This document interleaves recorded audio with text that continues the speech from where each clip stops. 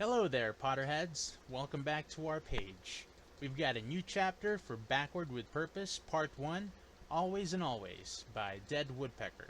And here we are with Chapter 16, Interludes, Ron and Sirius. Chapter 16, Interludes, Ron and Sirius. Chapter text, Ron Weasley. Ron stomped out of the bathroom, looking down at his blistered hands with disgust. That had not been a pleasant experience, and he hoped his mom would hurry up with the healing salve. He found Harry up in his room. Ron realized with a pang that Harry did not feel very comfortable with his family. Ron wasn't even sure if Harry had wanted to come to the burrow at all, and reckoned he did because of Ginny. One of his hands slammed against the wall on his way in the attic room that was his domain, and he stifled a yelp. Anger at Lockhart rose up inside him. Even Harry thought that Lockhart was pretty harmless, and Ron had to admit he'd had plenty of laughs about the magical moron in the last few months. But he'd slowly realized that Lockhart was going to be a threat. Sure, he wasn't a Death Eater, but neither was that bitch Umbridge. Not really. And just look at the damage she'd caused with that stupid article. And he knew that despite his oh-so-sweet words to that hag from Witch Weekly, Lockhart was not the type to forgive the way Ron and Harry had humiliated him. "Listen, Harry," Ron said, staring at his hands and grimacing. His mom was having a go at his dad, and he didn't think she'd be up anytime soon. "I reckon we should kill Lockhart." "Ron, not here," Harry said in just about the loudest whisper Ron had ever heard. Honestly, Harry was getting a little paranoid. "No one's listening," he rolled his eyes. "You worry too much. I think Lockhart's going to screw everything up. I know you don't like the fact that you're getting hate mail." Ron shook his head, like he really cared about the hate mail. He'd mostly had fun with it, entertaining other Gryffindors with the way he lit it on fire. Sure, having giant blisters all over his hands for hours wasn't exactly pleasant, but Ron liked to think he had a bit more sense than to kill someone over it. It's not about that. He's very popular, you know, and once things really start to happen, I reckon he'll make trouble for us. "You really think we should kill him?" Harry asked. Unless a better solution could be found, yes. Ron didn't like killing, but he wasn't going to let some greedy bastard ruin everything they were trying to achieve. Maybe they could do something else, though. Or at least put him in the permanent spell damage ward, Ron said, though he did not want to think about how they'd achieve that. "He's a threat to our plans, Harry. I know it. He almost effed everything up last year. Almost ruined everything we're trying to do, and I don't like the idea of letting him try again." Harry stared at him, and Ron started to feel a bit uncomfortable. Harry definitely had a way of making him feel like his head was being probed. He wondered if he'd learned that particular trick from Dumbledore. But he didn't back away from the scrutiny. This was too important. Ron knew he was right about Lockhart. Harry stood up abruptly. "I'm going to talk to Ginny," he announced. "I'll tell her to meet us up here tonight, after everyone's asleep. And then we'll ask Dumbledore if he can think of a way of doing this without, you know." Ron did know, and if anyone could figure out a way to take a man out of commission without doing something that would haunt them forever, it was Dumbledore. He felt a great sense of relief. Maybe they could even ask Hermione about it. Sometimes Ron thought that she was just as smart as Dumbledore, but a lot prettier. Ron did not like how pale and tired she looked all the time, though. She had taken on far too many classes, and despite those impressive brains of hers, she was having trouble keeping up. Sometimes, when he looked at her in the common room, glassy-eyed with exhaustion, he wanted to kick himself for being so insensitive last time around. He tried to make up for it now, though, and he felt like the richest man in the world when she beamed at him for bringing her a cup of tea or refilling her ink bottle before she'd noticed it had gotten low. He loved the fact that he was falling in love with her all over again. Angry footsteps interrupted his thoughts, though he was glad to hear them. Finally, he thought, "Damn blisters smell foul." His mother pushed open the door. He swung his legs over the side of the bed. "Thanks, Mom, "Where is Harry?" she asked in a dangerously quiet voice. Her lips were trembling with rage, and she did not look directly at him, but stared at a point on the wall directly over his shoulder. Ron said, "Something is seriously wrong here." Dread coiled in his stomach. "Tell us where Harry is, Ron," his dad said. "Why?" he asked belligerently, stalling for time while he tried to figure this out. I think you know why, Ronald Weasley. Tell us where he is now. Despite the fact that he was technically in his 30s, he couldn't bring himself to disobey his mom, not when she had that tone in her voice. I think you want to talk to Ginny. Stay in here, Ron, his father said. Do not leave this room. Ron wondered for a mad instant whether the burrow was under attack, and they were trying to get Harry out, get him to safety. But his parents were furious, not frightened, and before he could ask him just what the hell was going on, they'd left. What the bloody hell is going on? There was a loud crash from several floors below, and then he heard his mum yelling and Ginny screaming, but he couldn't make out the words. Ron got up from the bed upon which he'd been sitting. He'd felt a little too confused to move and try to leave his room. But one of them had put up a magical barrier, and he was effectively locked in. He stood there for a moment. Everything felt so surreal that he was rooted to the spot. Shaking his head to clear the cobwebs, he strode over to the window, not even sure what he could do. He looked out. Harry was dragging his trunk and making steady progress down the drive. His shoulders were bent from more than physical weight, and Ron felt a great sense of outrage. His own parents had kicked Harry out of the burrow? What the bloody hell is going on? Several tense moments passed before he once again heard footsteps stomping up the stairs. He whirled around. What the bloody hell have you done to Harry? He demanded. He took a good look at his mother and father and knew that he had never seen them this angry. Still, he was pretty damn angry himself. Did you just kick him out of the burrow? They both stared at him. Ron started to feel a bit nervous about the way they were staring at him. He wasn't like Harry or Dumbledore or Hermione, and this was one of those times when people completely, utterly baffled him. Look, if this is about the car. It's not about the car, his dad said. His voice was too quiet, and Ron figured he probably shouldn't have tried to make a joke. Sit down. Now. Ron sat. We have several things that we need to discuss with you, his dad said. First, did you know that the boy you've brought into our home numerous times have been taking advantage of your little sister? Shit. No, Ron said honestly. Thankfully, Harry and Ginny generally tried to keep the details of their physical relationship away from him. And judging by how much time Harry spent in the shower, they weren't doing too much. His mind raced. How had they found out? Unless did they do something stupid today? But Mum and Dad had already been furious before Harry'd been alone with Ginny. Shit. No, Ron said honestly. Thankfully, Harry and Ginny generally tried to keep the details of their physical relationship away from him. And judging by how much time Harry spent in the shower, they weren't doing too much. His mind raced. How had they found out? Unless did they do something stupid today? But Mum and Dad had already been furious before Harry'd been alone with Ginny. You'd better be telling the truth, young man, his mum said, her lips trembling with fury. If I find out that you knew and didn't do anything. Ron, she's your little sister. I know they fancy each other, Ron said. What we just saw was a lot more than fancying, she shouted. She was almost naked. My daughter, 12 years old. Molly, his dad said. We can talk about this in a moment. Ron fiddled with his wand, wondering when the world had gone to hell. This only made things worse. His mother wrestled the wand out of his hands and threw it across the room where it bounced off the wall. What were you doing with the wand, Ron? She asked shrilly. Maybe you want to kill US the same way you want to kill Lockhart. The floor dropped beneath his feet. I don't want to kill Lockhart, Ron said. It was only half a lie. Your mother heard you and Harry, his dad said. You threatening to kill a man. You should have listened to him when he told you to be quiet, his mum said. Although I'm glad I found out. Ron thought very quickly. Just how much had she heard? Obviously not the part about talking to Dumbledore, but he took a risk. Mum, look at my hands. He held them out for her, and was glad that they were blistered and bleeding. That is no excuse. I think it's a pretty damn good one. Ron shouted back, anger coming to his defense. That stupid git set all the witches in Britain on me. Do not speak to your mother like that, his dad said. And you'd better tell us the truth. What sort of plan is it that you're worried about him? Ron thought furiously. What the hell could he say? Damn. He'd never been that good about thinking of a good lie under pressure, and he couldn't tell them the truth. Damn it. Not yet.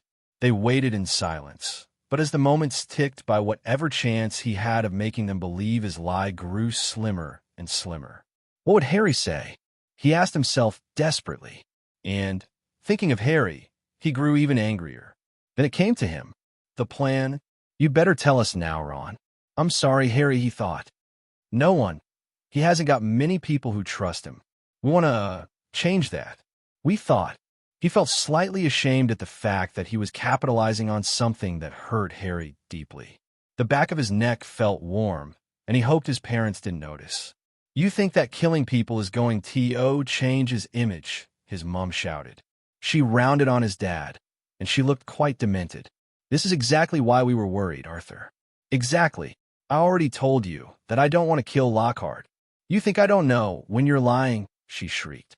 It frightened me out of my mind to hear my own son talking about. The truth is, Ron, his dad said, when his mother sputtered into silence. We've been worried about you ever since you met Harry Potter. You've changed, Ron. Or do you think we haven't noticed? Yeah, Ron asked. He couldn't help the sarcasm in his voice any more than he could stop himself from flushing when he was embarrassed. Well, so have you. The parents I used to have would never have kicked a 13-year-old orphan out of the house. Right before Christmas. He was touching Ginny. You were going to kick him out anyway. Ron shouted. Mom, Dad, he said pleadingly. I don't know what happened with Ginny, but he really loves her, and she loves him. Apparently, that was the wrong thing to say. His father's bald spot turned an ugly shade of red. You listen to me, he hissed. Ron took a step back. You are very young, so you obviously don't know what it's like to be a parent. But what Harry did to Ginny was unforgivable, and if you say one more thing to defend his actions, you will not be going back to Hogwarts. Ron opened his mouth to tell him to get Ginny up here, and asked her if she was upset that Harry touched her. It was likely that she was the one who started it in the first place. But the look in his father's eyes stopped him cold. Maybe he should obliviate them, make them forget that they'd seen and heard what had happened. But as soon as that idea came, he knew that he couldn't do that. Not after seeing Harry after Lockhart had done it to him. If you think that touching a 12-year-old girl is love, his mom said, then you don't know the first thing about it. Always and always. The words thundered through his entire body like something physical. Ron, who had never been at a loss for words, could not think of anything to say. And despite the fact that his heart had already broken long ago, he was surprised when he felt it crack anew. You're wrong about Harry, he said, but he didn't think they heard him. And then he lay down on his bed and turned away from them. He felt deeply relieved when they left. He loved his parents, he really did. Nothing would change that. It was always and always no matter what. At least he hoped so. The meanest part of him looked forward to the day that his parents would find out the truth. If that day came, he wasn't so sure now. They were really going to have to eat their words. His parents maintained a watchful silence until a few days after Christmas. Ron hadn't had a chance to talk to Ginny alone at all, but she looked miserable. He figured that she'd fought just as much as he had, because she'd whispered in his ear after breakfast that first morning that her wand had been taken away.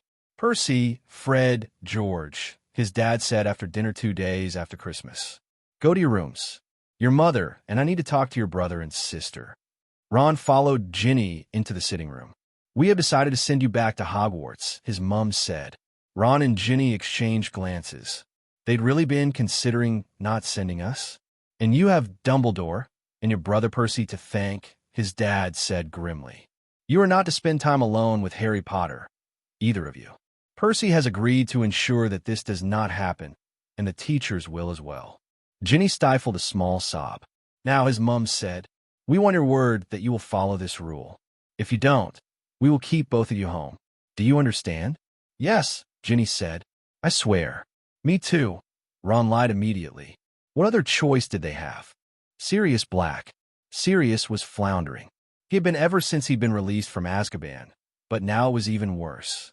He'd been worried for a while that he had gone mad from being exposed to Dementors for so long. Even with his animagus ability that helped to deaden the pain, the nightmares he'd had every night since his release only increased it. But in the course of a day, ever since he had watched Harry visit his parents' graves, everything had shifted completely around. And as he stared around at Albus Dumbledore, who had basically just given a 13-year-old permission to sleep with a 12-year-old, Severus Snape, who did not seem to hate him, had, in fact, expected him to show up long before this. Remus Lupin, who could not even look at him, he obviously blamed Sirius for James and Lily's deaths and Harry Potter. He was not quite certain that Harry was sane. Not that it mattered a bit. Sirius felt mildly ashamed that he rather looked forward to having a godson as mad as he was. What mattered was the fact that Harry was in a large amount of pain. He'd seen it for himself last night when he had watched Harry scream at Voldemort. And he'd seen it today when Harry had told them what happened at the Burrow and when he had begged Sirius to forgive him. He looked at the memories swirling in the pensieve and felt slightly fearful of what he was about to see. He took a deep breath and, with Moony right beside him, plunged in. He cried out in shock, and Moony gripped his arm so tightly it hurt. It was a memory of a battlefield. They arrived just in time to see Voldemort fall, and someone who looked a hell of a lot like Harry Potter. But that was impossible because it was a man and not a teenager. He was covered in blood and standing in the center of a large pile of bodies. His boggart. Remus breathed. The scene shifted before they had adjusted to it. They were in the dining room of a house that seemed rather cold and barren. That same man who looked like Harry, who looked like James, sat drinking with two other people. They all looked broken and horrible. Something moved out of the corner of his eye, and he turned to see a house elf that looked a lot like Creature. Creature, Sirius said in disbelief, forgetting that he could only be heard by Moony. That's Ron and Ginny Weasley. Moony said, shocked. What the hell? What if we could travel through time? The dark-haired man said. Sirius could only watch, utterly shocked, when the scene shifted again and they found themselves in the familiar office of the headmaster. Except that Dumbledore wasn't there, only his portrait, and he was telling Harry things that were completely impossible. He glanced over at Moony and saw his own shock reflected back on him. He couldn't believe it, but he could not believe it either. This was a pensieve. There was no other explanation for seeing these memories except that they were the truth. No, a loud voice startled him. It was obviously a different memory, for things had shifted and the people in it now wore different clothes. Harry was standing in front of the portrait, looking very upset. I'm not leaving him in there a second longer than he has to be. We'll get Wormtail the day we get back. That would be most foolish, Harry, Dumbledore's portrait said. You could ruin everything if you did that. I know we can't kill Wormtail right away. Harry's mouth twisted into a pained grimace. I know we gotta let him carry out his plans. And how do you suggest he do that? I don't know, Harry said mutinously. I could use the Imperius curse or go to Azkaban myself and break him out of there. You have never been able to use the Imperius curse fully, Harry, Dumbledore's portrait pointed out. You're already going to have to use it when you reveal him, and I expect you'll find it difficult. Not only that, but even I could not hold an Imperius curse on someone who is in Azkaban. The curse won't hold against Dementors.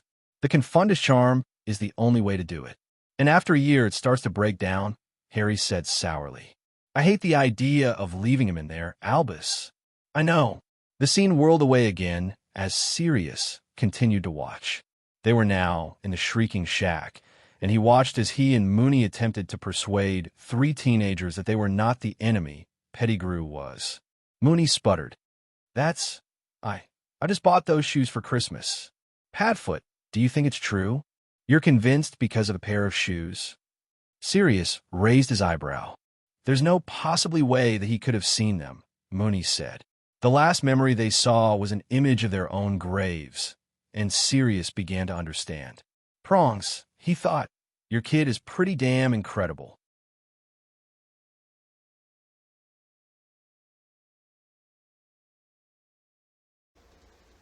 Thank you for being with us, Harry Potter fans. This is Backward with Purpose, Part 1, Always and Always, by Dead Woodpecker. We've got your next chapter, Chapter 17, Invisible. Chapter 17, Invisible. Chapter text. Harry was suddenly alone in the room with Dumbledore and Snape, and he found himself wishing that he could have joined the viewing of his past with Sirius and Remus. He scratched his head, jiggled his leg, and belatedly realized that his hangover had offered him a buffer, painful though it had been. Whatever it is that you think we're going to do to you, Dumbledore said. You are probably wrong. I screwed up, Harry said. Big time. And then I ran away and wallowed in misery and didn't tell you where I was or anything. Yes, Dumbledore said reasonably. You made a mistake. It was bound to happen sooner or later, and this mistake is a rather more personal one. I do not mean to belittle your suffering, Harry. I cannot imagine how painful this must be for you. I have a confession to make, however. While you were in the Chamber of Secrets last year, I saw a large amount of distrust. I hoped that it would not come to this, but I suspected it would. It happened sooner than I might have thought, and for reasons that I did not expect, but I kept expecting them to. I don't know, Harry said. Come around, if I did enough. And then I told myself that one day we can tell them the truth, and everything would change back to how it's supposed to be. But if they decide not to fight, they aren't going to know until it's all over. It's too late. He hadn't spoken those words out loud, but Dumbledore heard them all the same. Snape scowled. Why didn't you obliviate them when you had the chance? You could have made them forget your indiscretion and that article. Then you'd be their precious seventh son again. I'm not going to force anyone to love me, Harry said, and I refuse to obliviate anyone. Do you have any idea how being obliviated feels? If I did, Snape said, I'm sure I have forgotten. The Weasleys would never remember that you did it, you know? The only reason why you had negative consequences is because Lockhart did not know your special situation.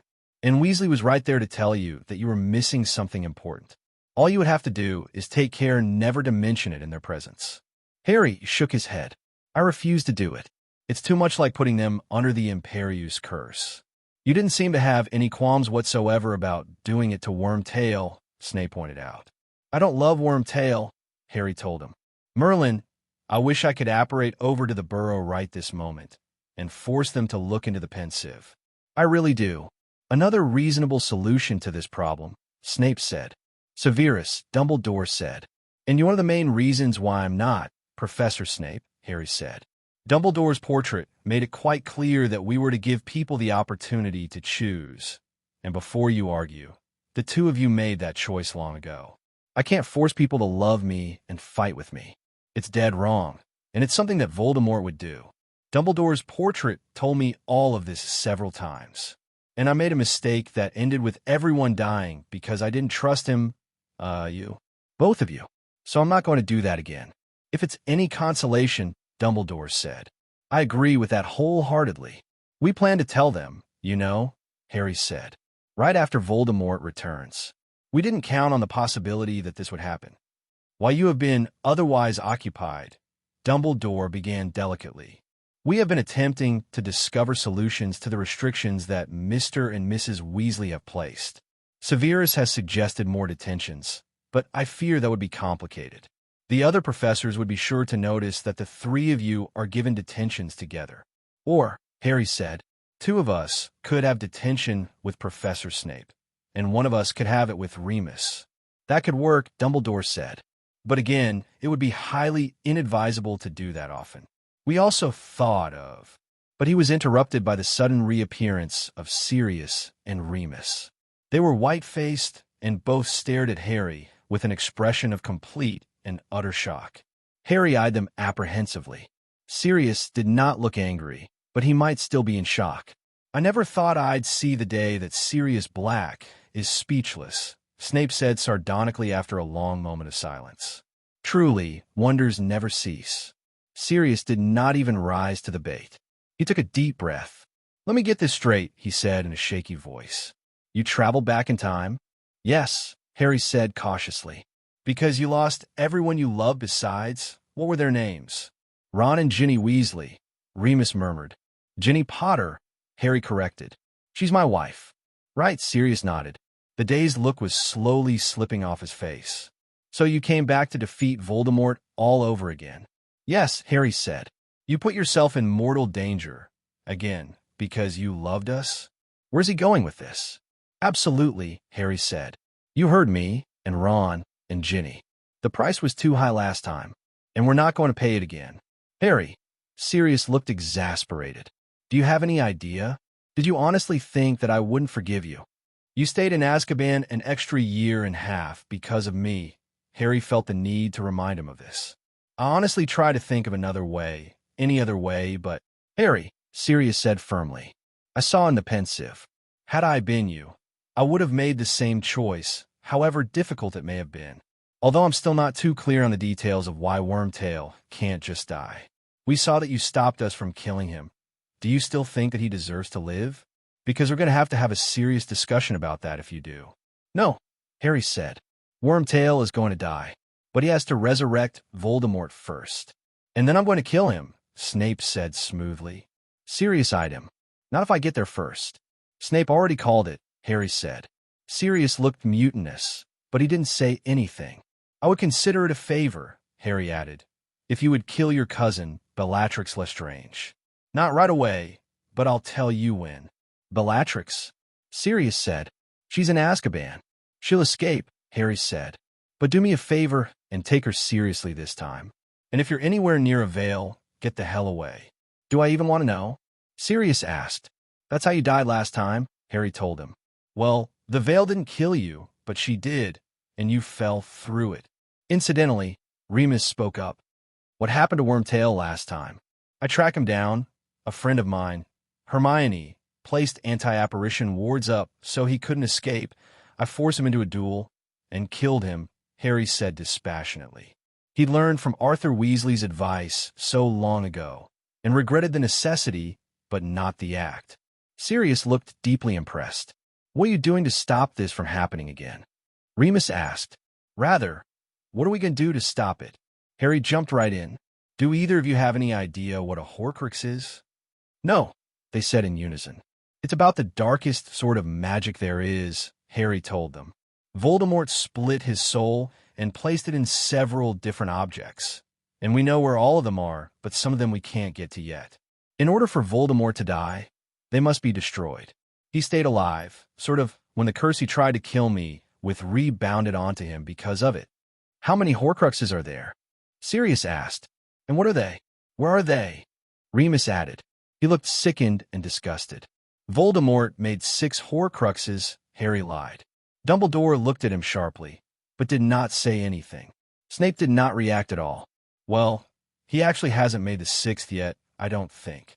We've already destroyed 3 of them, and the next one will be rather easy to manage. But the last 2 will have to wait another couple of years to get. One is in the Lestrange's vault. One will be near Voldemort, I believe. And the last one is sitting at Grimmauld Place. What? Sirius said blankly. My parents' house? Your brother, Harry explained, found out about the Horcruxes. He died trying to destroy one. Regulus? Sirius said faintly. Yeah, Harry said. Which brings me to my next point. Sirius, please be kind, creature. He's had a rather hard time of it. Regulus found out about the Horcruxes partly because Voldemort used Creature to ensure that it was protected enough. And then, Regulus took Creature with him when he went to retrieve it, and ordered him to leave him behind. First Snape, now Creature? Sirius asked incredulously. Are you sure that Voldemort isn't secretly our ally, too? Harry grinned. Well, I was saving that shot for a later date, but now that you've already figured it out. Remus snorted. He's got quite a bit of James in him, Sirius. Sirius shook his head. Nah, even James wouldn't have had the nerve to play the largest prank in the history of mankind against Voldemort himself. Dumbledore laughed aloud, booming sound that Harry didn't think he'd ever heard before. Soon, Harry felt his own laughter bubble up inside him and break free. He momentarily forgot about the Weasleys, and the fist that clenched around his heart lightened by a degree. Remus snorted. Snape had a smile, and Sirius looked around at them all, beaming, and some of the wasted look that came from so many years in Azkaban with the Dementors seemed to slide off his face.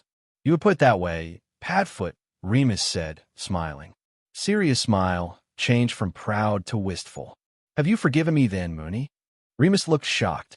Me forgive you? I'm the one. I should have known you'd never. I should have trusted you. Sirius' mouth opened and closed, and then he reached out and embraced Remus like a brother, and pounding him on the back. Harry saw that tears stood in Sirius' eyes as he pulled away, and in Remus. Harry rolled his own eyes. Is that why you've been avoiding any and all talk about Sirius this past year? You didn't think he'd forgive you? You're mad. Sirius and Remus turned to look at him, gaping. Is this from a man who apologized for coming back in time to save everyone? That's different. Is this touching display of forgiveness and friendship done yet? Snape asked sourly. As for who is mad, I suspect we all are. Although I can't decide who is more so, Potter or Black. Speaking of mad, Dumbledore interjected.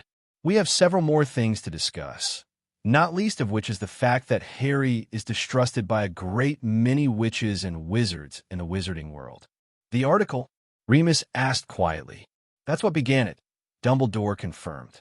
But circumstances unforeseen by any of us have nursed it until it has grown. What began as a spark is now a glowing ember, and I fear that unless we take great pains to stop it, it will become something beyond our control.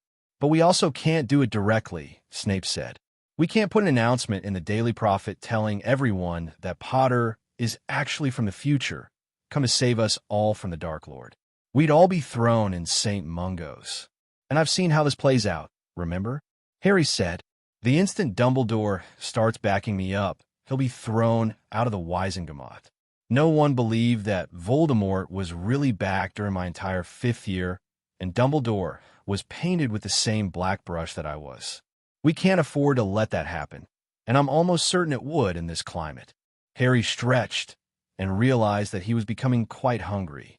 He thought longingly of the bags of chips and packets of beef jerky that he'd bought yesterday. When did they start believing you? Remus asked. Well, Harry said, Voldemort lured me to the Department of Mysteries. He made me think that Sirius was being tortured because he wanted me to retrieve the prophecy. Then he couldn't resist showing up, and a lot of people saw him, including Fudge. Anyone care to tell me what the hell everyone is talking about? Sirius was frustrated. Harry could tell. Dumbledore told him about the article. Do you know where all that information came from? Remus asked. We know it wasn't from either of us, Snape said. We swore the unbreakable vow to each other that we wouldn't tell unless Potter asked it. Something was very wrong with that statement. Harry thought furiously. He'd never actually seen the complex charm performed before, but he'd heard about it. Who was the third person? Sirius furrowed his brow. The Bonder. All hell pretty much broke loose after that. Dumbledore and Snape both paled and looked like figures made of wax for long moments. Then Snape stumbled and fell against the wall.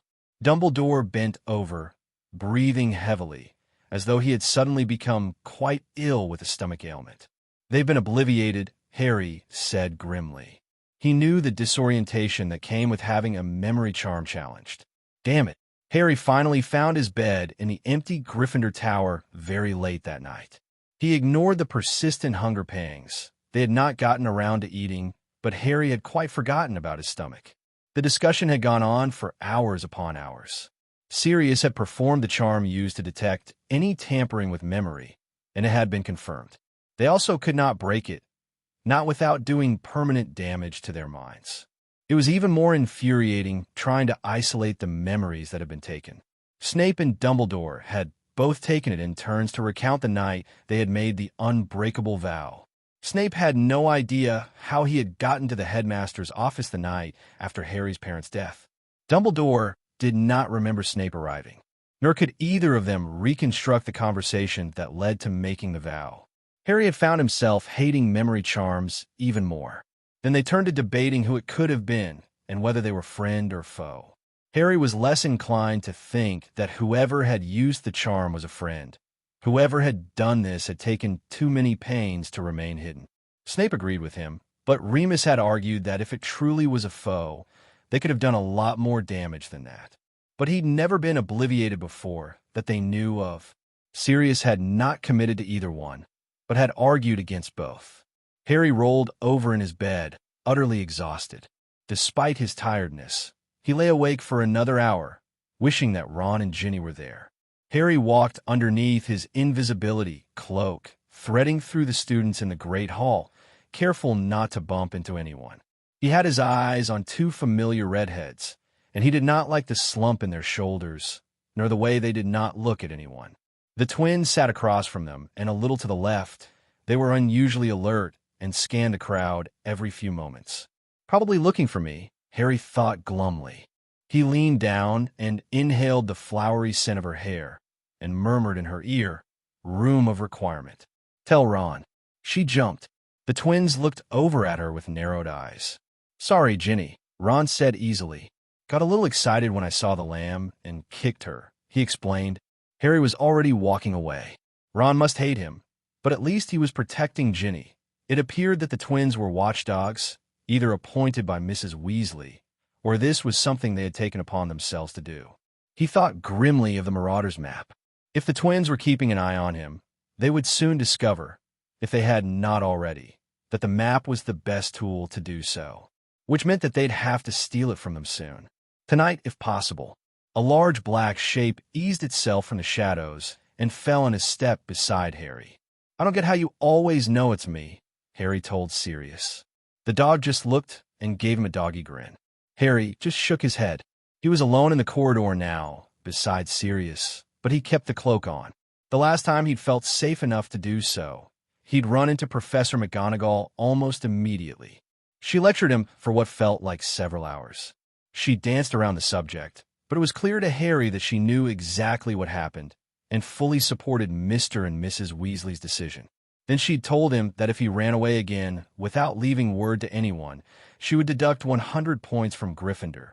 Yes, her own house. Not wanting to feel that kind of mortification again, Harry kept his cloak on whenever he was not in the room of requirement, his tower room, or Dumbledore's office. Padfoot barked, startling Harry.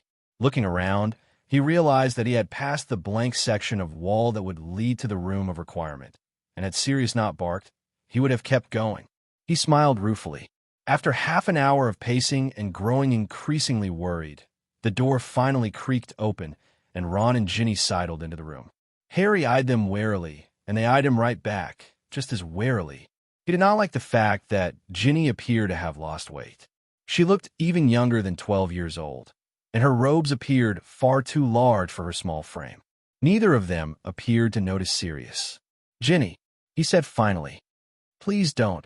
With a small sob, she threw herself at him. "I'm so sorry. Harry, I made things so much worse than it already was." Harry held her just as tightly as she was holding him. "If you think," he murmured in her ear, "that for a few wonderful minutes that wasn't the best Christmas gift I've gotten for several years, you're dead wrong. It wasn't your fault. We share the blame." He looked over her head at Ron. "Ron, I'm sorry." He shook his head. "Don't. It's pretty much all my fault." "How do you work that one out?" Harry asked blankly. "Mum heard us talking about Lockhart," Ron said. "If I'd listened to you, she wouldn't have, found the two of you." "She heard all of it?" Harry asked aghast. No wonder she'd been so angry before she'd even found him with Ginny. "No," Ron said. "She heard me talking about killing him and how it would F up the plan. Nothing about the permanent spell damage ward, thank Merlin. I tried to explain it away. I told them I was just angry, but they didn't buy it. Not really." "What did you tell them about the plan?" Ron took a deep breath and refused to meet Harry's eyes.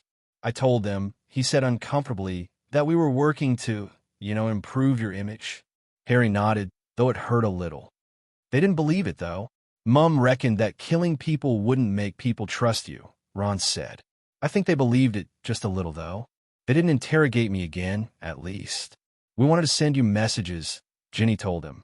"But Mum took away our wands. We only just got them back as we got on the train." "Did you come back here then?" Ron asked. "We thought you might." "I didn't," Harry said.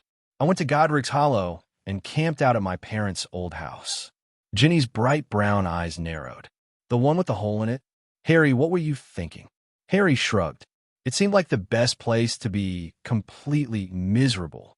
"I wanted to wallow," he said defensively when they both glared at him. "I'm not cracking up, I swear. Besides," he grinned, and Ron and Ginny were startled. It ended up being a good thing. He could see them both wondering how it could possibly be a good thing. "I met an old friend," Harry told them. "Who?" Ron asked sarcastically. "Nagini." "You are so dense," Harry laughed. "You found Sirius." A large smile bloomed on Ginny's face. "The mutt finally showed up?" Ron said incredulously. "Finally. I happen to be purebred," Sirius said loftily, "and it's more like I found him." Ginny paused for a second, looking unsure, and then launched herself at Sirius. "I'm sorry. I know you don't know me, but you have no idea how wonderful it is to see you.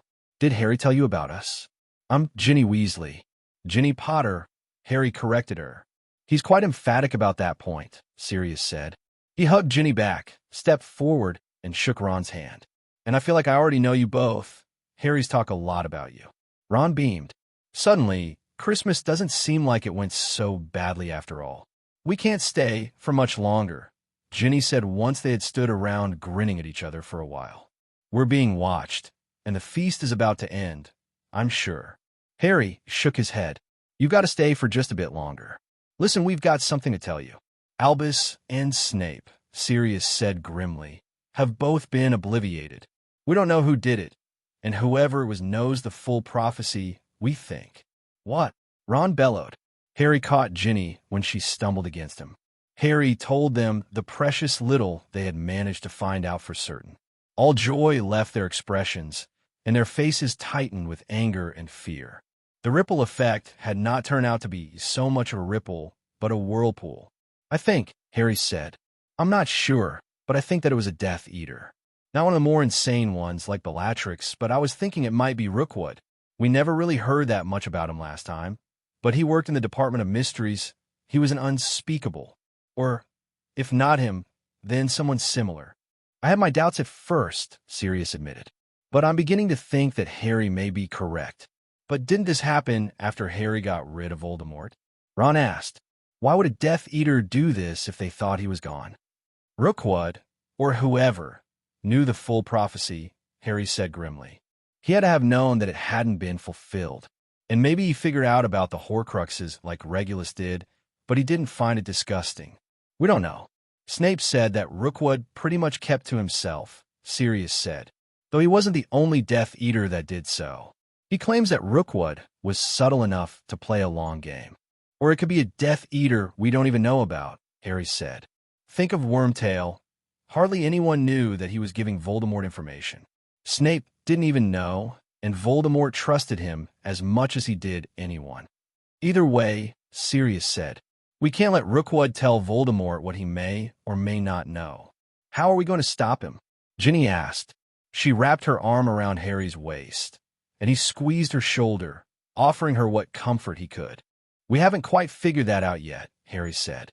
We have a few years, at least, though I expect we'll have to do it sooner rather than later. I don't want to be worrying about it after Voldemort returns. Ron furrowed his brow. Are you thinking what I think you're thinking? And what's that? Harry asked.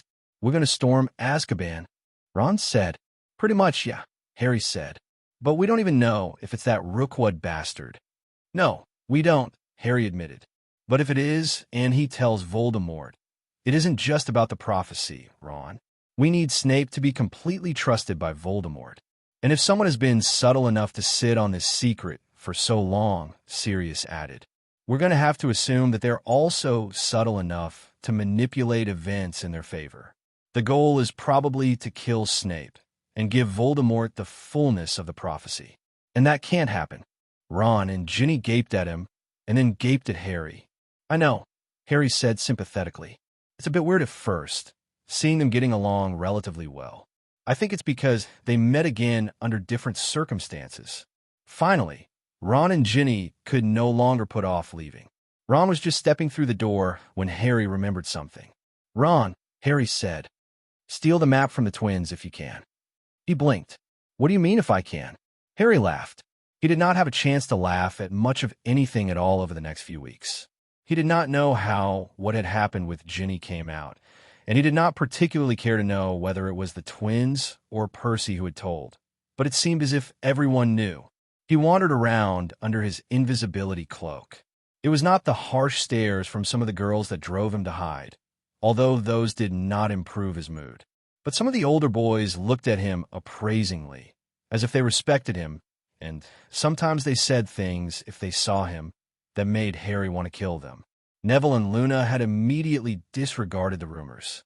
You'd never hurt Ginny, Neville said that first night he had returned. His face was bright red. Harry's was too. I know that. Thanks, Neville, Harry said. Luna had taken a rather different approach when she caught him in the hall. This was when he had not yet decided to hide himself. Poor Arthur and Guinevere, she said sadly. No one understands that you're soul mates, and have been for centuries. Thanks, Luna, Harry said. Later, he wondered if she'd really meant that no one understood that they were actually husband and wife and had come from the future. It was a possibility, but with Luna, he couldn't always tell. Hermione, however, gave him the cold shoulder for several days. She sat with Ron on the opposite side of the room from Harry during Ancient Runes and refused to speak to him unless he asked direct questions. That Friday, he pulled his invisibility cloak off and was shocked and gratified to see that Hermione sat right next to the seat he usually sat in. At first, she didn't say anything but took furious notes that Harry hoped she would allow him to copy later. But once Professor Octavius set them to translating a series of runes, she broke the silence. "Harry," she whispered. Her cheeks were pink. "I'm really sorry, I thought, but Ginny told me last night that, well, it wasn't, and that she'd started it." Harry nodded. "Thanks, Hermione," he said quietly. Then, because he felt extremely uncomfortable, he changed the subject. "Now what's this rune?" Harry, Ginny, and Ron found very little time together. They generally managed on Thursdays because they all had a free period when Percy, Fred, and George did not. The Weasley brothers were very good at keeping their eyes on Ginny and Ron. Too good. But at least Ron had managed to steal the map away, which Harry had found out the afternoon following the return of the rest of the students. "Potter," Fred said inscrutably. Harry didn't say anything. "Were you in our dormitories last night?" George asked. His eyes were very hard. "No," Harry said honestly. "Good job, Ron," he thought. They exchanged looks. Fred's mouth tightened. "You'd better not have been. If we find out that you were, you'll never have another peaceful day at Hogwarts again." "Mum told us we weren't allowed to hex you," George said. "And we don't want to piss her off even more than she already is," Fred said. "Because of you," George continued. "But if you talk to our sister," Fred said, "or even go near her," George added. "We will hurt you," Fred finished. Harry had watched them walk away, but that same hollow ache that had been in his stomach since Christmas grew a little, and he couldn't afford to do any more wallowing, so he forced himself to ignore it. He had far more important things to think about, and he could not allow the Weasleys to distract him. Well, except for one Weasley, but she was a pleasant distraction, and she was more a Potter than a Weasley, anyway. One night in early February, Ginny was doing a very fine job of distracting him from all his worries. They were alone, for once, in the room of requirement, and a free hour stretched before them. They had already worked out a plan for retrieving the locket from Grimmauld Place and destroying it, and though it could not be done until the next Hogsmeade weekend, Harry did not feel any great sense of urgency. So he could simply sit and enjoy the feeling of Ginny's hand stroking his hair. "Harry," she broke the silence. "You meant what you said, right? About it being the best Christmas gift you've had in several years." "Of course," Harry said immediately. "How could you even ask that?" Her hand stilled. "Maybe because you haven't asked for a repeat performance. I thought maybe you." "You think I don't want you?" he interrupted incredulously. "You are joking? You've always been very firm about there being boundaries, Harry," she pointed out. "I worried that when you saw me that horrible afternoon, you saw someone who was actually 12 years old, and you didn't think it was attractive." "Ginny, you felt how attracted I was," Harry said, "and I'm that attracted to you pretty much every hour of every day." "My body isn't exactly fully developed," Ginny pointed out. "I worry that you'd feel dirty." "No," Harry shook his head. "I don't feel dirty. This is you were talking about. I can't help desiring you, because that's a part of the love I feel for you. And I don't regret or feel ashamed of anything about that. And," he added ruefully, "I'm not quite through puberty yet, in case you haven't noticed." "Well," she said slyly, and she leaned forward to brush the side of his neck with her lips. "I didn't get enough time to make an accurate assessment.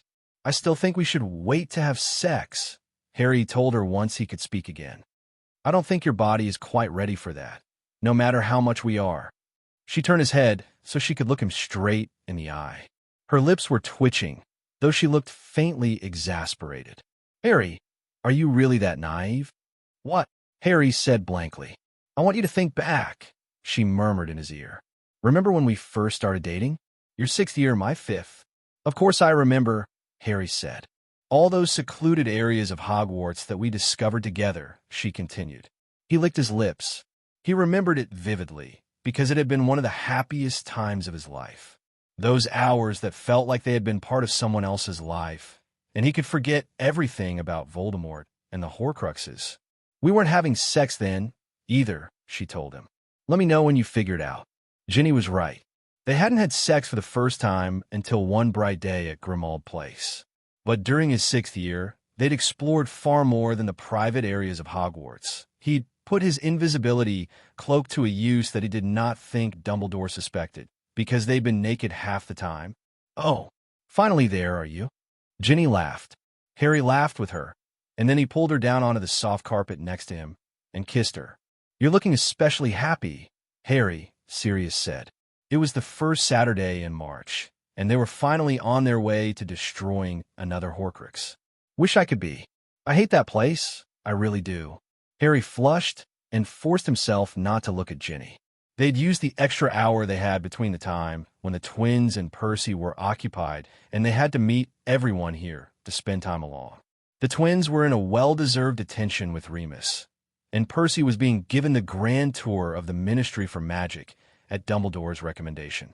Ron, behind him, gagged. Don't ask him why he's happy, Sirius. Just don't. Sirius looked bewildered. I assumed it was because we're about to destroy a Horcrux. That's exactly it, Harry said hastily. They were alone for the moment, but Snape and Dumbledore would probably show up at any time. I'm absolutely thrilled that we're finally going to get rid of the damn thing. And he was, but it wasn't the reason why he was happy. You're lying, Sirius said. What's going on? Did you figure out how we're going to get Rookwood out of Azkaban? No, Harry muttered. Ginny snorted. He's just as naive as you were, Harry. Like Godfather, like Godson. Harry isn't spending hours in the shower anymore, Ron told Sirius. Don't ask any more questions. Harry gaped at him. I can't believe you're monitoring how much time I spend in the shower. I'm not, Ron insisted. Seamus and Dean mentioned it a few times. And believe me, I wish I didn't know how to add 2 and 2 together. I wasn't certain that you did no basic maths. Weasley, Snape swept into the room, followed closely by Dumbledore. I'm relieved to find that I was mistaken. Don't listen to him, Ron, Sirius said. I know he cheated when he drew lots with Moony to see which one of them occupied the twins today. And you don't have to listen to cheaters. I did not. Yes, you did, Sirius said cheerfully. Moony put a charm on his to win, and the only way you could have beaten him is if you did too. Snape's mouth twitched. Then it wasn't really cheating, was it? I was merely evening out the playing field. I suggest we continue this discussion after we destroy the Horcrux, Dumbledore said, though his eyes were twinkling. He strode over to the glass case in which the Sword of Gryffindor was kept. Sirius, you've spoken to Creature and told him that we're coming today, correct? And he's taken down his enchantments. Sirius nodded. I think the elf has been looking forward to this for weeks, ever since I explained to him that I had to finish Regulus' job. Harry, Ron, and Ginny beamed. It'll be so nice to see him again, Ginny said. Yeah, Creature's great, Ron said. We wouldn't be here without him, Harry added. Sirius held up his hands. Whoa, there is absolutely no need for the heaping of praise anymore. I admit that I was reluctant, but I did realize that what you said was true. He was what he was because of my mother and father. Harry felt relieved.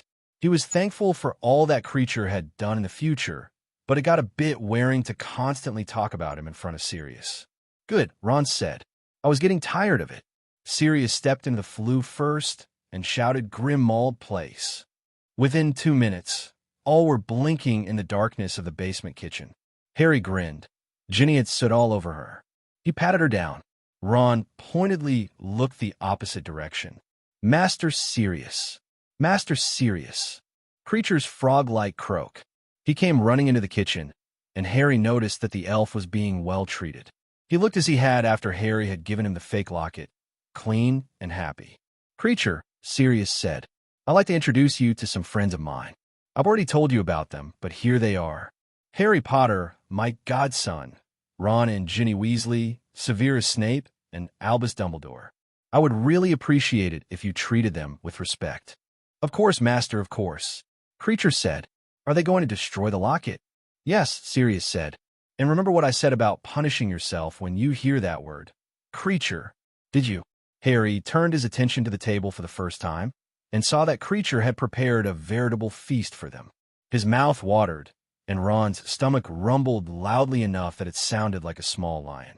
Creature thought Master's guests would be hungry. Creature croaked. "Let's get rid of the damn locket," Ron said. "I'm starving." Creature placed it in the room with the tapestry, Creature said. Then he paused. "Can Creature watch?" "Of course," Sirius said. Harry was happy to see that he looked at the elf with genuine fondness. Whatever resentment he had felt, and which had eventually led to his own death last time, was completely gone. And so, Harry noticed with great surprise, was the portrait of Mrs. Black. "Where'd your mother go?" "I told Creature that he could put her in his new den. I've given him a large closet. He wouldn't take an actual room," Sirius said. "That got her right off the wall, even with the permanent sticking charm."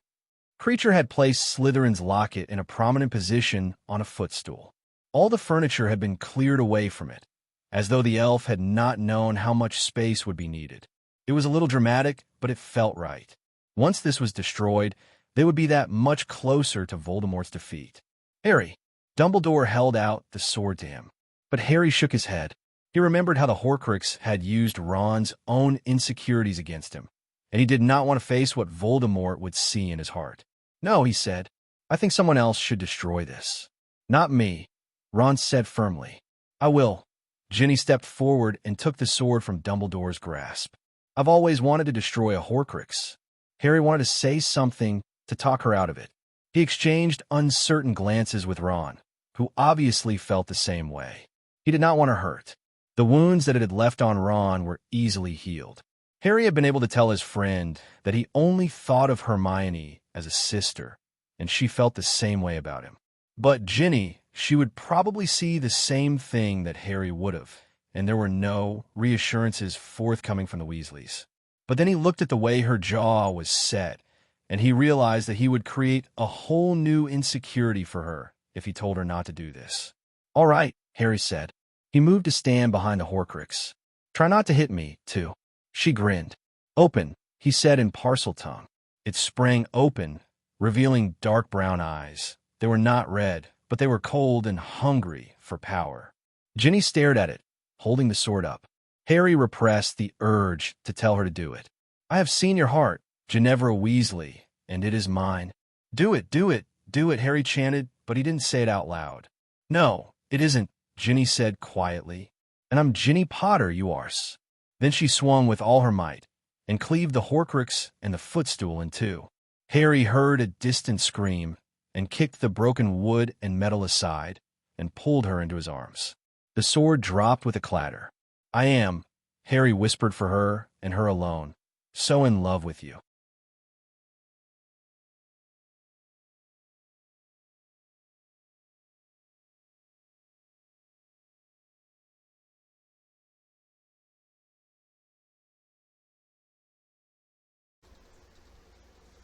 Good day, Potterheads. We are continuing on with Backward with Purpose, Part 1, Always and Always by Dead Woodpecker. And here we've got Chapter 18, Dementors. Chapter 18, Dementors. Chapter text. Mr. Potter. McGonagall's icy, annoyed voice cut straight through Harry's thoughts and brought him back to third-year Transfiguration. He started, all thoughts of Pettigrew and the fact that he had not yet escaped flying out of his mind, and stared up at her guiltily. Judging by the way her lips had thinned to the point that they looked as though they had been drawn on by an especially fine quill, this was not the first time she had attempted to get his attention. "Yes, Professor. Perhaps you would like to answer the question," she said. "If it isn't too much to ask that you focus your attention on my class." Harry gritted his teeth.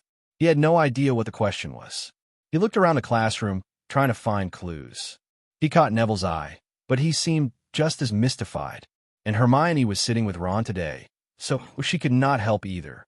Each student sat with a rather ordinary-looking wooden box on the desk in front of him. Sorry, Professor. Could you repeat the question?" "Why is it that, when you have transfigured the wooden box into a loaf of bread, you will not be able to eat it and gain sustenance from it?" she asked icily. "Oh," Harry said, relieved. "That's because it defies Gamp's law of elemental transfiguration. Wizards and witches can't make food out of nothing." He'd learned that the hard way during their year on the run, living in a tent and having to eat mushrooms most of the time.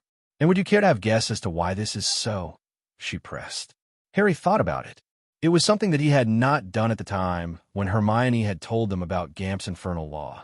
He had accepted it as truth, as he did most things that Hermione said, and moved on. So why wasn't it? An image of Peter Pettigrew as Scabbers flitted across his thoughts. I reckon it's because, take an animagus, for example. They don't actually become the animal, they just look like it. That's why animagi can change back and forth. If they were too much like their animal, they'd never change back. So, when we transfigure something, we're still just changing what it looks like. We can use it, and it's relatively permanent. But the loaf of bread we make today will remember that it's still just a box. That was well reasoned, Mr. Potter, she said stiffly. 5 points to Gryffindor. Harry was a little surprised by this. Ever since the mostly disastrous Christmas holidays, she had been very cool toward Harry. All the teachers had been except Hagrid. Harry was not sure that Hagrid even knew what had happened. He had not said anything about it. And last week he had seen Harry and Ron speaking to each other behind his hut, and he had not attempted to force them apart. Harry and Ron had been discussing Pettigrew and his escape from Azkaban prison. The whole school, indeed the entire wizarding world, could speak of little else. No one had escaped the Dementors before. Everyone had thought that Azkaban was one of the safest places to keep prisoners, and the terror was palpable. Harry had been relieved when the news broke. It had happened in April, well over a year after Snape had confounded him. For a few weeks, Harry had been certain that the plan was working. Not flawlessly, of course. He firmly pushed away images of the Weasleys, but enough so that he felt reasonably confident that Wormtail would find his master. And then Wormtail was sighted in Aberholloway, a small town with a large population of wizards. It was only 150 kilometers away from Hogwarts. The Ministry was entirely useless, of course. Worse than useless. Harry thought that the fear caused by Wormtail's escape had addled their small brains. They had sent the Dementors after Pettigrew, and the Dementors had searched Aberholloway thoroughly. One man had been mistaken for Wormtail, and had been given the kiss before the Aurors could even blink. Not that the Ministry had reported that blunder. Sirius, who had been watching as Dumbledore had told him to, had witnessed it. Harry had hoped that it was an aberration, that Wormtail had been confused when he first escaped. But he had been seen again by a squib just the other day in another small village, one that was less than 70 kilometers away from Hogwarts. Harry feared that something had gone badly wrong. So did Dumbledore, who had dispatched both Sirius and Remus to attempt to find Pettigrew and bring him back to Hogwarts, where they could renew the Confundus charm and send him to Voldemort. Mr. Potter, what is it that is so much more important than transfiguration? May I remind you that the exams are swiftly approaching? Harry looked around again. Everyone had their wands out and were attempting, with various degrees of success, to transfigure their boxes into loaves of bread. Peter Pettigrew, he finally answered honestly. The entire class stilled. Neville gave him a swift look out of the corner of his eye and stopped muttering and tapping his wand against his half-box half-loaf. I understand that you must be quite upset, she said almost gently. But the Ministry is making every effort to capture him. You mustn't think that he will be free for much longer. He felt mildly disoriented by the fact that she, who had been tortured into insanity in the future, was bidding him not to be concerned by the fact that Wormtail, whom he hoped would not be recaptured by the Dementors, had escaped. He blinked away the confusion. Yeah, he said after a few moments. I suppose you're right. He gave all of his attention to transfiguring the box in front of him for the rest of the class. It was difficult, even though he had been putting greater effort into transfiguration this year, both in the classroom and in the room of requirement. He, Neville, Hermione, and Luna had spent just last night attempting to learn the extremely difficult human transfiguration. Future knowledge did not help as much when it was not defense spells, and he was trying his best right along with them. Ron and Ginny had reported similar difficulties when they met with the others instead of Harry. Harry walked out of class, 5 steps behind Ron. They both loitered around the door, waiting for Hermione to finish her other class. There was much jostling out in the corridor as everyone else slowly filed out. They were all whispering about Wormtail. All were quite relieved that Professor McGonagall had reassured them that the Ministry was doing everything it could. "She's right, you know," Lavender Brown whispered to Seamus Finnegan. "The Ministry isn't going to just let him go free. Me, ma'am, says it's only a matter of time before he's caught," Seamus said confidently. "No one escapes from the Dementors." Ron snorted loudly. "Sorry," he laughed. "But Pettigrew already did escape from Azkaban. He's probably running around as a rat, and they can't even tell."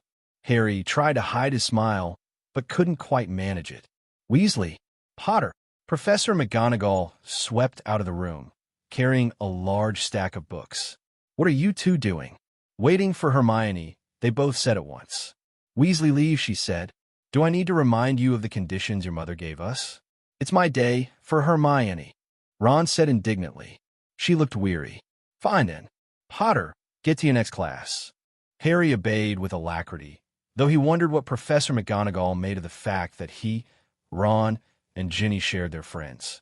She had to have noticed that Hermione spent 3 days of the week sitting with Ron and 2 with Harry. Neville spent 3 days with Harry and 2 with Ron. But she hadn't said anything to either of them, and Harry hoped that Mrs. Weasley did not know about this.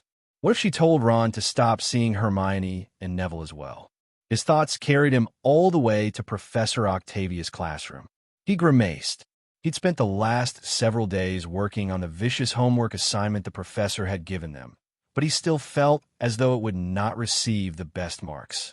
He'd been alternating receiving an acceptable and exceeds expectations, but as they were set to translate more difficult runes, he felt himself slipping. Harry put his things beside his seat, pulled out his long translation scroll, and hurriedly made a few corrections. Daphne Greengrass joined him after a moment. "What did you get for Sahav?" she asked quietly. Before Harry could tell her, Professor Octavius strode in and summoned their scrolls. "Congratulations," he said.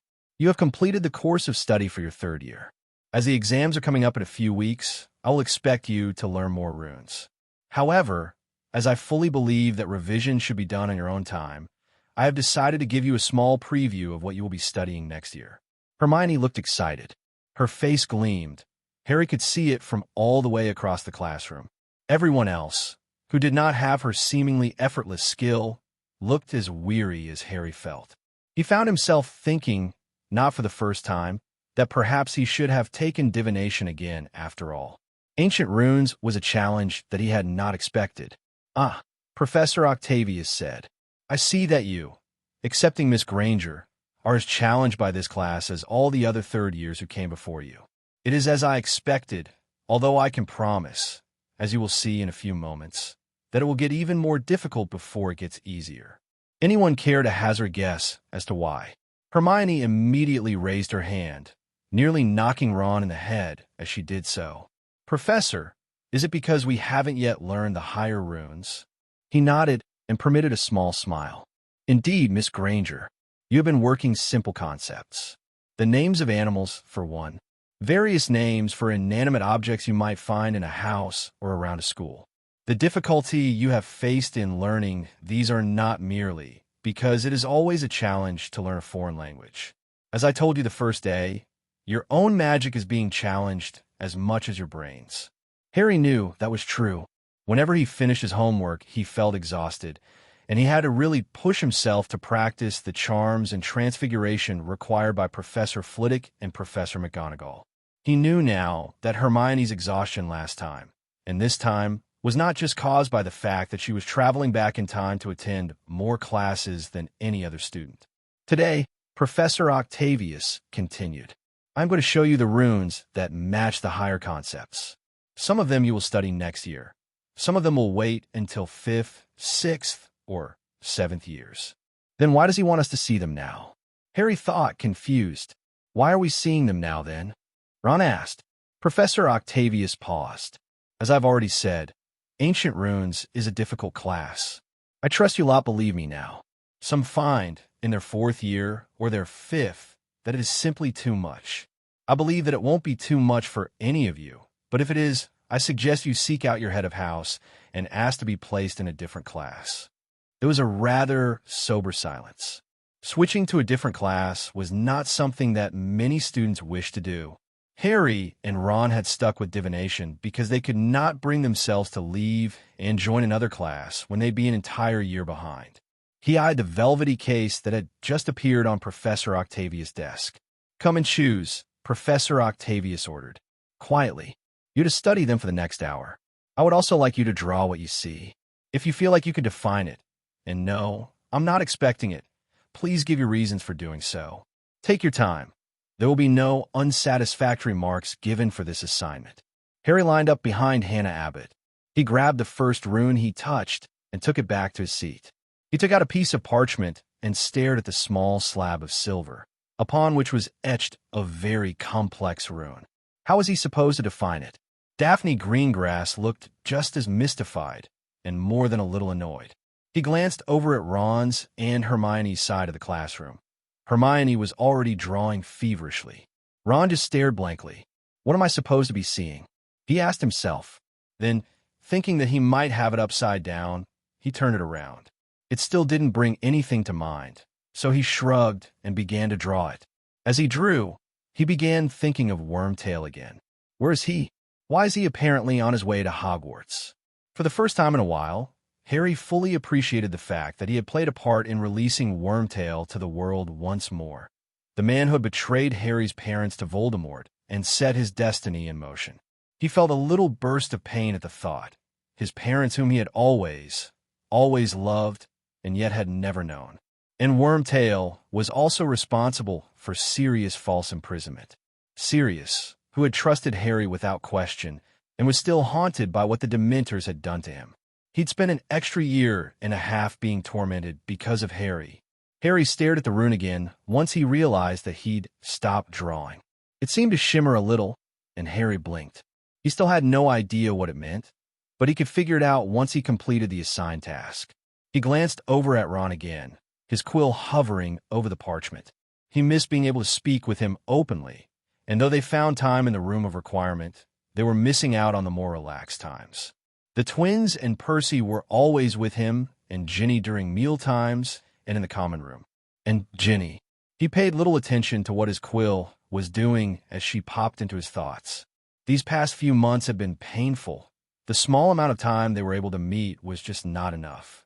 Never enough. Because of the Weasleys. His stomach clenched.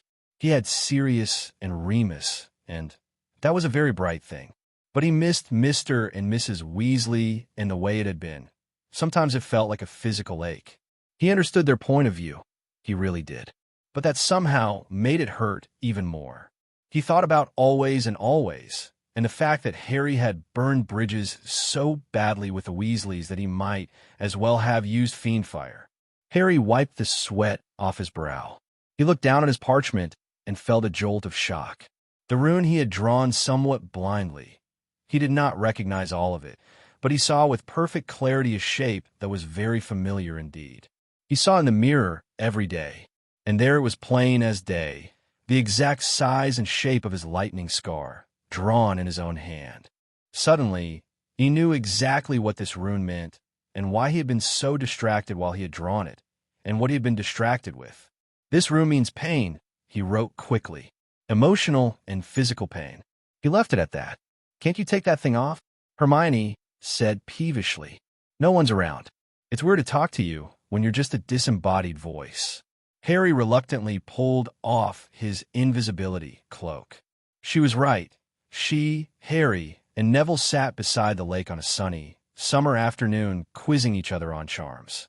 Everyone else was inside the castle, it seemed, but still, Harry had gotten into the habit of wearing it pretty much wherever he was, and he felt slightly naked without it. "Happy now?" he asked sourly. "Yes," she replied primly. "It's a good thing he usually wears it," Neville said. He lay on his back and held up a thick stack of parchment, Hermione's notes for the entire year, to block the sun. "You saw what the Weasley twins did to him yesterday." "I didn't actually," Hermione said distractedly. "But I heard." "Harry, you really ought to have told the professor." "Why?" Harry asked, very uncomfortable with the turn the conversation had taken. He did not want to talk with Hermione and Neville about the Weasleys. They had, thus far, been able to avoid it since the other two had reinforced their friendship with him.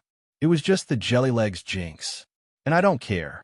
Hermione opened her mouth to say something, but seemed to think better of it. Ron was furious, Neville said. And so was Ginny. I think they're going to try to get them back somehow. I wish we could meet all together in the room of requirement again, Hermione said quietly. It doesn't feel right. Either we're missing you, or we're missing them. Yeah, Harry agreed. It felt very cold all of a sudden, and not as pleasant. Harry, Neville said. Something in the tone of his voice made Harry look up. Neville looked very serious all of a sudden, and Harry had the feeling that something had been weighing on his mind for a while. Is the secret that you and Ginny are, in love? Damn it, Neville. Not in front of Hermione. Harry wanted to shout. Not that he did not want to tell her, but this wasn't the right time. They were too young still. And something told him that Hermione Granger would not be as patient and willing to wait as Neville Longbottom. What secret? Hermione asked immediately. Harry felt the weight of her stare. Harry and Ron and Ginny aren't telling us something, Neville told her. Harry resisted the urge to silence him. Hermione would find it extremely suspicious, and any hope he would have of getting out of this without telling them everything would be gone. Not that I know how I'm going to deflect this. What do you mean? Neville, Harry said quietly. Neville ignored him. I've thought it since last year. When Harry saved Ginny from that basilisk. I thought it might be about you-know-who for the longest time. I asked Harry about it, but he wouldn't tell me what it was. But after Christmas, I started to think maybe it wasn't. Harry, Hermione said sharply, but Harry could not gather his scattered thoughts, and it seemed as though he was watching himself from a great distance. Now was not the time for this, and this was not the place. Harry said that he would tell me what it was. Neville continued relentlessly, but that I wasn't old enough. And then when we heard about what happened with him and Ginny, I thought that might be it. Why would he tell you that you were too young? They were now speaking about him, as though he wasn't there. You're a day older than he is. I don't know, Neville said uncertainly. I think you're right, Neville, Hermione said. She had a vague, unfocused look on her face.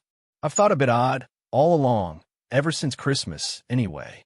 Ginny told me that it wasn't, as bad as the twins and Percy obviously think it is.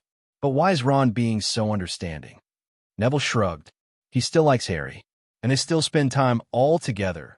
Neville looked at Harry furtively. I saw them all come out of the room of requirement together a few weeks ago. Hermione's eyebrows slammed together. But Ron was going on yesterday about how stupid it was that he couldn't see Harry. Harry definitely felt chilled now, though he knew it wasn't due to the weather. Listen, so is it because you and Ginny are together? Neville asked him, and Ron knows. Yes, Harry lied desperately. He's lying, Hermione said incredulously. That's not it, Neville. That isn't even a secret anymore.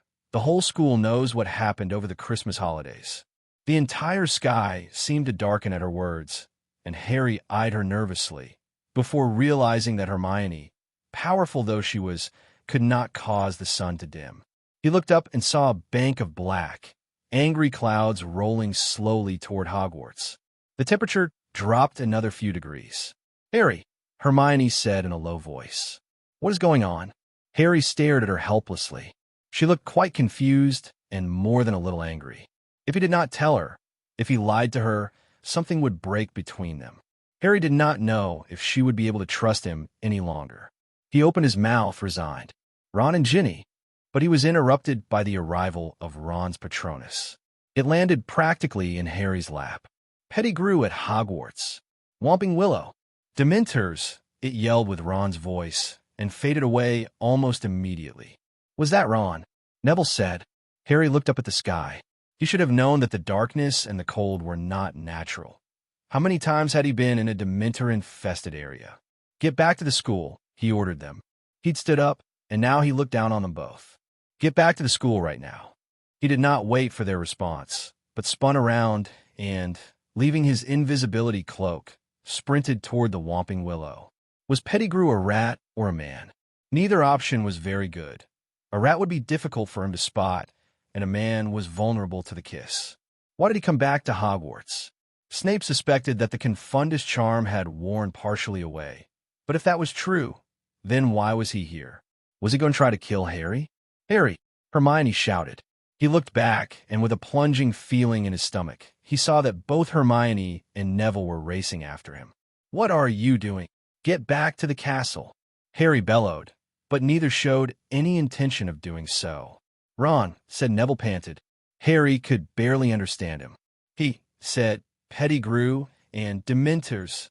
Harry wished that he had the Marauders' map with him, although he knew that Ron's warning had come because he had been watching it.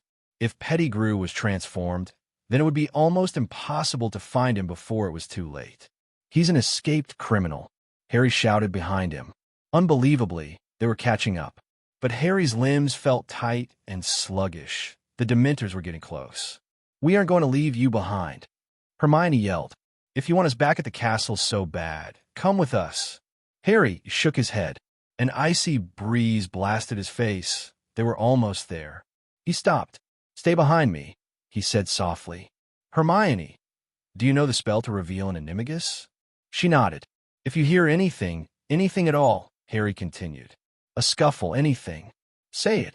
Neville, he said in a louder voice. You're going to have to do the Patronus charm. You too, Hermione. But I can't, Neville said in a fearful voice. You've seen me. I only make mist.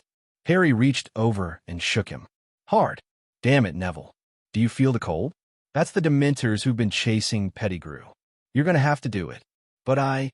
Shut up. Think of a happy memory. You can't afford not to be able to do it. They stood in a very small triangle. Harry could feel both of them trembling, and he fought the urge to tell them again to leave. It was almost too late anyway, he thought as he saw the puffs of his breath in the suddenly frigid air. There was a slight movement to their left. Hermione squeaked, Anna Maravilio, before Harry had to remind her. Nothing happened. Pettigrew did not suddenly appear. False alarm, Harry murmured. Probably just one of Hagrid's creatures. And suddenly it was not a false alarm. The grass rustled off to their right, and Harry could hear frightened squeaking. His arm trembled. Whether it was from nerves or cold, he did not know. Anna Maravilio, Hermione said again, and Pettigrew spun into his true form, less than 20 meters away from them. He was whimpering and trembling.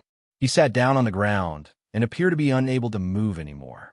The Dementors were right behind him. There were so many of them that Harry felt a ripple of true fear. Incarcerus! Harry yelled, and Pettigrew was bound. Expecto Patronum. His father's stag burst out of his wand and charged the Dementors. They fell back, but there were more and more coming. Harry's arm trembled with the effort. Do it, Neville, Hermione! He ran forward, trying to reach Pettigrew before he could be given the kiss. That would ruin everything. Everything. His stag kept charging, but it grew weaker and weaker as it met with more and more. Don't fail me, don't fail me. Ex expecto patronum, he heard Hermione shout, but she sounded too afraid. She'd never been very good at this particular charm. It was the only spell she truly struggled with. Hermione, he bellowed, hoping she would take strength from it. He was halfway to Pettigrew when 10, no, more than 20, broke off from the rest and headed toward Neville and Hermione. Neville and Hermione, who had not yet produced a corporeal Patronus. He looked at Pettigrew, huddled on the ground, screaming. It was an easy decision. Harry halted, spun around, and sprinted back to his friends. Always and always. He could not protect them all, and Neville and Hermione came first. Distant shouts, the professors or Ron, he did not know, came from the direction of the castle. His stag followed him, and with a burst of energy, attacked. Do it! Do it! Harry shouted at Neville and Hermione. He did not spare a glance back at Wormtail. He had no desire to watch the man kissed, despite the fact that he had wrought so much evil. Yet as he watched his stag charging Dementor after Dementor, he saw a flash of brilliant light, another Patronus, out of the corner of his eye. He did not turn around, but stood as close to his friends as he could. They kept trying to charm, but neither one of them had succeeded in making more than mist. Please be Dumbledore, he thought. Or Snape. Pettigrew screamed again. It was abruptly cut off. Harry spared a glance and saw him running away. Another Patronus. He could not tell what it was, only that it was not Dumbledore's phoenix, Ron's dog, Snape's and Ginny's does, held off the Dementors as he scrambled away, jerking forward and stumbling, back the way he had come. Harry was weakening quickly. Neville and Hermione were now huddled on the ground at his feet, and his stag seemed to move in slow motion. The Dementors kept coming and coming, but Harry grimly held his ground. Not Neville and Hermione. Not Neville and Hermione. Not Neville and Hermione. He could hear screaming and a chill that gripped his heart, and knew that he was failing. A flare of silver light erupted before his eyes. Dumbledore's phoenix spun and swirled in a brilliant dance. More patron uses joined Dumbledore's. At that same moment, Harry's stag faded away. Harry fell atop Hermione and Neville, too exhausted to move, too drained to call up his stag again. He closed his eyes. Voices woke him. Never seen anything like it. McGonagall's voice. It's fortunate that Dumbledore happened to see what was going on, Professor Flitwick squeaked. They could have been kissed. What's the Ministry's take on this? Remus asked. They're taking the Dementors elsewhere, McGonagall said. All that, and they couldn't even catch Pettigrew.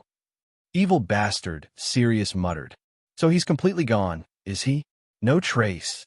Not yet, Flitwick said. There was a brief silence. Then, it's lucky Potter knew the Patronus charm. I wonder where he learned it. I taught him, Remus lied smoothly.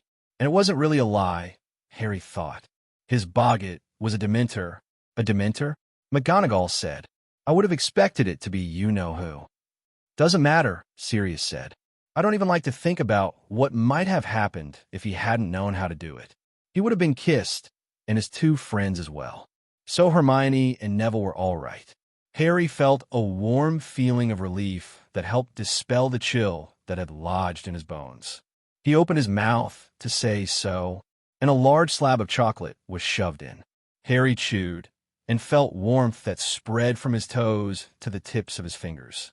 You're going to eat this entire bar of chocolate before you even try to talk, Remus said firmly. Your friends are all right. You held off the Dementors very well. I'm quite proud that you managed a corporeal Patronus, Harry. Harry kept eating. He opened his eyes and saw that he was in the hospital wing, of course. Hermione and Neville lay on the beds beside him. Ron sat beside Hermione's bed, looking pale and scared out of his wits. Ginny, next to Neville, stared at Harry. He could hardly take his eyes off of her. Do you think the Weasleys should leave now that he's awake? Flitwick squeaked. Harry finally looked away from her. No, Remus said firmly. None of them are alone together, and Ron and Ginny ought to be allowed to be here when their friends wake up. What happened? Harry said when he'd finally finished his chocolate. We were hoping you could tell us that, Mr. Potter, McGonagall said firmly. We were studying outside, Harry said quickly, for our charms test. And we decided to come back. It was getting cold. Because of the Dementors, Sirius said. They do that. Hermione stirred. Harry looked over at her and saw that her eyes were wide. She knew that he was obviously not telling the truth. Ron bent over and whispered something in her ear. A few moments passed, and she nodded. Hermione's awake, Ron said loudly. She'll need some chocolate, too. Madame Pomfrey immediately bustled over to her side and set a huge plate piled with chocolate shavings on the stand next to her. You're to eat all of that, Madame Pomfrey told Hermione sternly. No buts. You were saying, Mr. Potter? McGonagall raised her eyebrow. Then we saw Pettigrew, Harry said, and the Dementors came right after him. After that, I couldn't really tell you. I used the Patronus charm, and after that it's a bit of a blur, to be honest. He stared at Sirius while he said this, hoping his godfather would know that this was not the entire story. He appeared to understand, for he gave a slight nod. Harry wondered what the other professors made of Sirius' appearance. This was the first time they had seen him since he came out of Azkaban, after all. May I have some time with my godson? Sirius asked, as though reading Harry's mind. I never intended on meeting him in a hospital wing for the first time since he was 1 year old. Harry almost snorted. Sirius had probably never intended on meeting Harry when Harry was dead drunk and shouting at Voldemort at the top of his lungs either. McGonagall looked at Ron and Ginny, who did not look back at her. I cannot, in good conscience, leave them alone. Molly Weasley. I'll stay, Remus said quietly. And Madame Pomfrey will be here. Hermione and Neville went through quite an ordeal today. I'm sure that they need the comfort of their friends. But even when Flitwick and McGonagall left, he could not speak plainly. Hermione was making good progress on her pile of chocolate, but she stared at Harry like a hawk, despite Ron's best efforts to distract her. And Madame Pomfrey refused to leave her charges, especially when Neville woke up about a half an hour later. Harry could only exchange significant glances, letting them know that he had a bit more to tell them. Not much, just that he suspected Pettigrew had a wand. Wormtail had to have been the one to cast that Patronus. Ron and Ginny finally left when Madame Pomfrey shooed them away to go eat their dinner in the Great Hall. Remus and Sirius left soon after, probably to meet with Dumbledore and Snape, who had been absent from the hospital wing all afternoon. Harry suspected that they were looking for Pettigrew, and then he was alone with Neville and Hermione, with only Madame Pomfrey as a reason not to pick up the conversation they had been having earlier. Harry avoided their gazes and forced himself to eat more chocolate. The lights grew dim, and Madame Pomfrey retired to her office. Harry felt like leaping from the bed and escaping, but his legs were still rather shaky, so he did not. "Harry," Hermione said. Harry started. "Yeah. Thank you," she said. Harry looked over at her. She looked very serious, despite the fact that she was wearing a nightgown and had chocolate all over her mouth. "I expect I'll be practicing the Patronus charm a bit more." "Me too," Neville said fervently. Harry lay awake for a long while into the early hours of the morning. Where's Pettigrew now? He thought. He hoped that he was now on his way to Voldemort, but he could not be sure. Dumbledore had poked his head in some time after Madame Pomfrey finally went to bed. When Harry stared at him, hoping for answers, he only shook his head. So he and Snape had not found Pettigrew. He only hoped that the Ministry hadn't either. He also wondered when Neville and Hermione would ask for answers again. He knew that they would. They may be grateful that he had saved their lives and their souls, but he knew Hermione well enough that she would corner him, and probably Ron and Ginny, soon enough. He left the hospital wing before they woke up the next morning. He felt a bit like a coward, but he couldn't tell them just yet. Not until he'd spoken to the other two. He was not watching where he was going, and thus almost knocked Ginny over. He caught her, and she threw herself in his arms. "I was so scared," she whispered fiercely. "Ron told me what was happening, but the twins were being their annoying selves, and we couldn't leave the common room." "It's all right," he murmured. "We're all right." "Pettigrew?" she asked after she finally let go of him. He shook his head. "No idea. I have no idea what." And Percy rounded the corner. He stopped dead when he saw Harry and Ginny together, and Harry was desperately glad that he had not seen them hugging as if they would never let go. There was a long moment of silence, and Harry wondered if he was about to be hexed. Then Percy walked toward them. Harry stepped back. "The twins are coming," Percy said to Ginny. "Better not let them see you with him." Then he walked on, not sparing either of them a glance. Harry gaped after him, unable to believe that Percy Weasley had just warned them and had not said anything to Harry at all. He racked his brain, trying to figure out what this meant. Ginny looked just as stunned as he felt. "We have to talk," she said in a low voice. "I'll get Ron. Meet us in the room of requirement tonight. Wait for us. We'll be there." Harry nodded. They had plenty to talk about. Pettigrew, Hermione, Neville, Percy, so many complications that they could not have foreseen. Harry found himself, a little while later, wandering back to where he had left his invisibility cloak. It had been quite stupid of him to run off without it, and he'd felt uneasy since yesterday. He did not feel right without it, even when he was not wearing it. His gaze swept the patch of grass where they had been sitting 4 times before it really registered that the shimmering cloak was not where he had left it. He spent the next hour searching frantically in wider and wider circles, despite the fact that he was certain where he, Neville, and Hermione had been sitting just a day ago. He finally had to give up. He sat down at the edge of the lake and pulled his legs up to his chest. The fact that someone had stolen his cloak disturbed him a great deal. But what filled his stomach with icy dread was the thought of Ron's and Ginny's reactions. He had not told Ron and Ginny that the Resurrection Stone had been destroyed 2 years ago. He had not wanted them to know, did not want them to know until but they could not fail to notice that his cloak was gone. And Harry wondered how on earth he was going to tell them that he was going to die.